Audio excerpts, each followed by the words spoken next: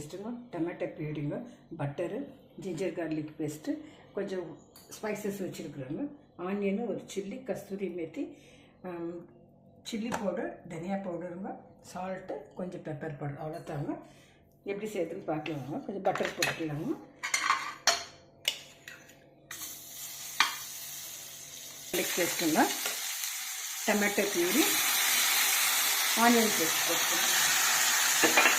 மிளகாத்தூள், தனியாத்தூள் தான் மசாலா போட்டுக்கிறேங்க. மிளகாத்தூள் இதெல்லாம் பேஸ்ட் போட்டுருக்காங்க. நல்லா இருக்கும் அந்த டேஸ்ட்டு. இப்போ கேஷ்யூ பேஸ்ட் போட்டுடுறாங்க.